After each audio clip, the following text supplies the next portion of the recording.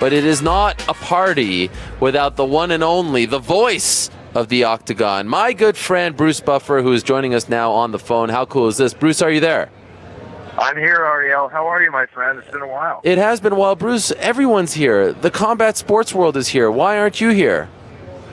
There is a 50-50 chance you will see me, but not because I'm just going to go there to see the fight. I actually got plans in my hometown for a big party for the fight, but I'm working on something, Ariel, and I can't talk about it until Oh, come on.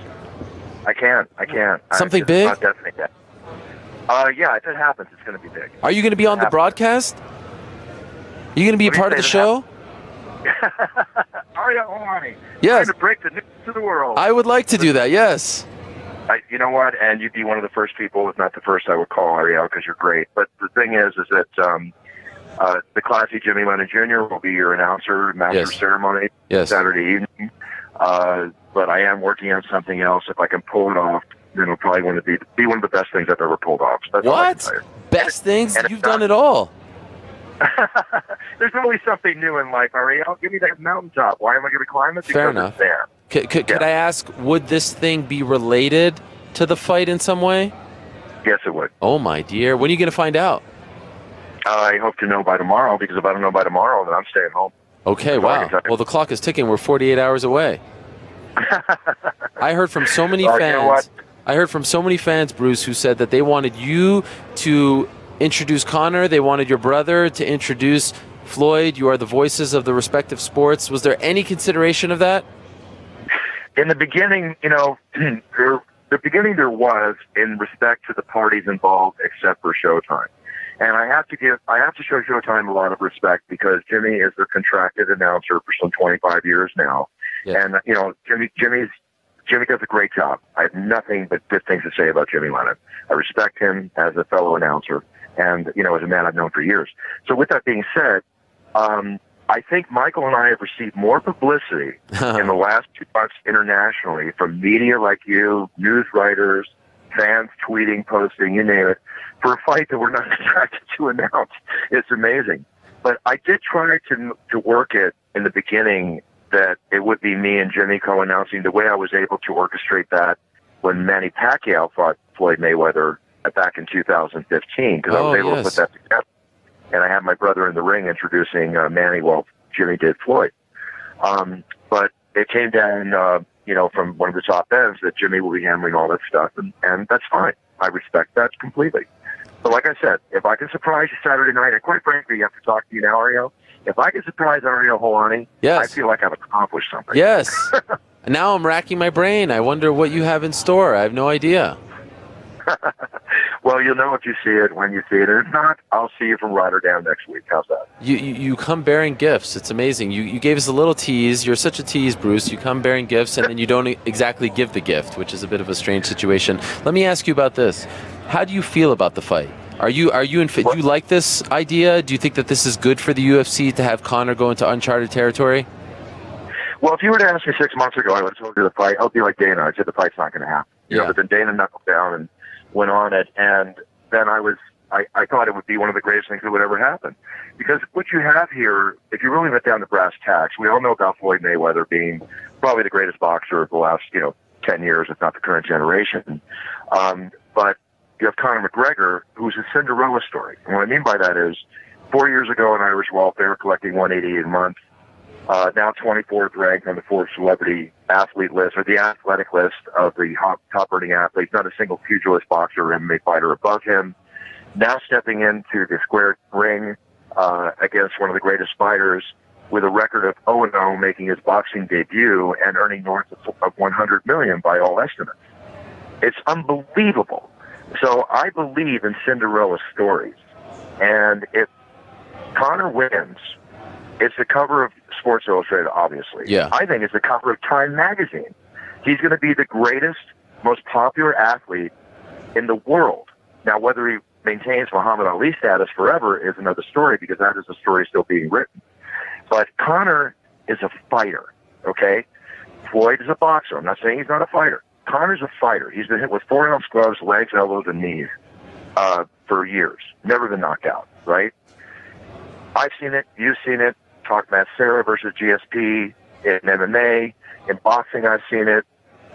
Anything can happen. Anything can happen. He's taller, longer, stronger, he's not faster. Taller, longer, and stronger and younger. Yeah. Right? The speed goes to Floyd, even at 41, by my estimate. But at 41, that's the age that boxers, as well as MMA fighters, if you want to talk about fighting, you can get old on any given night. You know? So it all remains to be seen.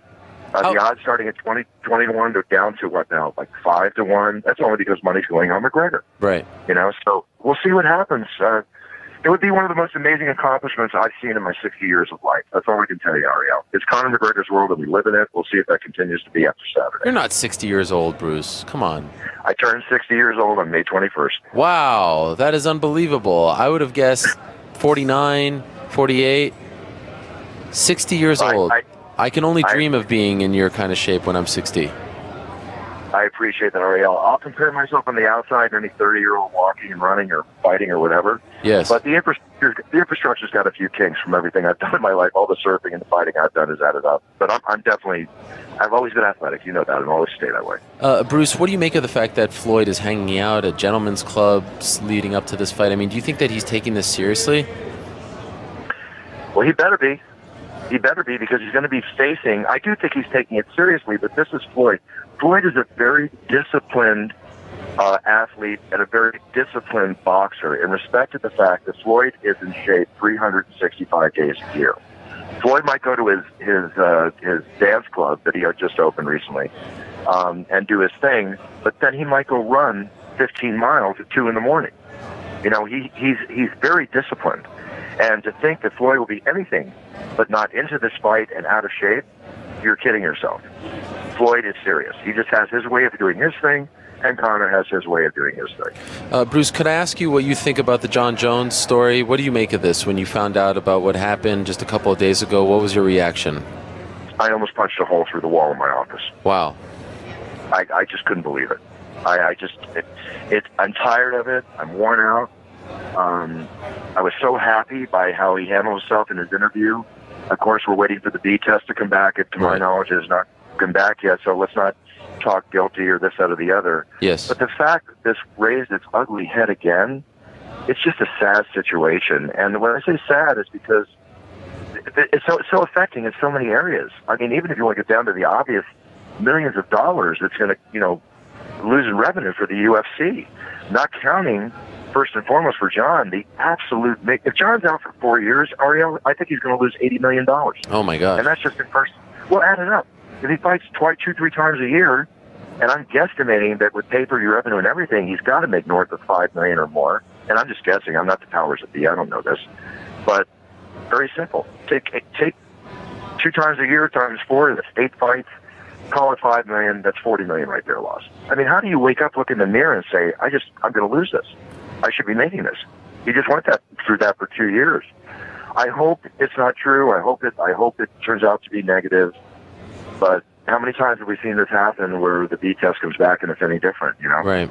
It's an unfortunate situation, and we do hope for his sake that he's able to come back, but you have to wonder what this means for his legacy and if we'll ever see him fight again if he's out for 4 years, right? I mean, it's tough to sit on the sidelines for 4 years. Well, 4 years when you're... I think he's 30 years old, if I'm not correct. He is. Then he's going to be 34. You're talking about... He's already lost 2 years of his absolute prime. 4 more years? And, of course, people can speculate and say he can go to Japan and fight or whatever. I mean... Yeah, he's still under contract. He's under contract. I mean, it's like... I feel bad for Jon. I really do. I like Jon. I feel bad for the whole situation. I feel bad for every stream that comes out of this situation, because it's no good for anyone at all. What's the official prediction, Bruce? Saturday night, what's the official prediction? Let's go on the record. Don't sit on the fence. On paper, it's all Mayweather. We know that because Conor's walking into a world that he's never... I mean, he's done, sure, in the gym and such, but this is Mayweather's world on a professional level. You're gonna go crazy. I think that Conor can win the fight. Wow. I do. All right. I think that he's capable of winning the fight. I can't sit here and say he's going to, because if you ask me about MMA fights that I'm announcing, and this, sure, interviewing me so many times in the past, I always say may the best man win. Yes. And I'm going to say that about Saturday night, may the best man win. But I went public. You know, I don't bet on fights that I announce. Right. Okay, I won't do that. I'm an equal opportunity announcer. I won't do that at all. In this case, the odds were so good, and I mean, I'll put $1,000 down on a blackjack hand or, you know, a poker hand for shite and giggles. Why not put some money down in this fight? Because the odds are so good. Oh, so you bet on you bet on who? I bet on McGregor. Wow. Because some people might say that the better bet is Floyd. I got McGregor at 7.5 to 1. Okay, okay. I also did a prop bet where when I was in Vegas, where he knocks Floyd down, because the punches that get you in fighting are the punches that you don't see, whether it's the octagon or the squared ring. Yeah. And he's so strong, and now that we've gone down to 8-ounce gloves, which benefits both fighters, not just Conor. If Conor hits him with a shot that he doesn't see, I can see Mayweather going down to one knee. There's 5 to 1. Boom. I put it down. And then if Conor does take him out and knocks him out, it would be, in my guesstimate, in the early rounds. And I bet knockout in 3rd, 4th, or 5th round, and I got 2,200 to 1 odds. He is the greatest ring announcer of all time, regardless of sport. He is the one and only Bruce Buffer. You can check him out over at brucebuffer.com. That's when I first met Bruce, way back when I was a college student at Syracuse University over 15 years ago. Sent him an email. He responded. Always has been so great to me. He, of course, hosts the It's Time podcast, which I've been on multiple times. Always enjoyed that as well. And he does special voiceover recordings, and he also offers personalized championship introductions for weddings, birthdays, bar mitzvahs, any occasion. Bruce Buffer can call you out, and you have not quite lived unless you actually hear Bruce Buffer introduce you. That's my suggestion, so go check it out over at brucebuffer.com. Bruce, pleasure as always, and please keep us posted on this news. Now, I am very intrigued. Please. I will, Ariel. It's All right. the kind of thing that I think, even for my best friends, I tell them, you know what, watch the fight. If anything happens, you'll know then. If not, I'll see you at brunch on Sunday. All right. Thank you, Bruce. All the best to you. All the best to you, my friend. Keep it up. You're the best. I'll talk to you soon. Thank you so much. There he is, Bruce Buffer, everyone. You know him, voice of the Octagon. So great to have him on the program. Really enjoyed his insight.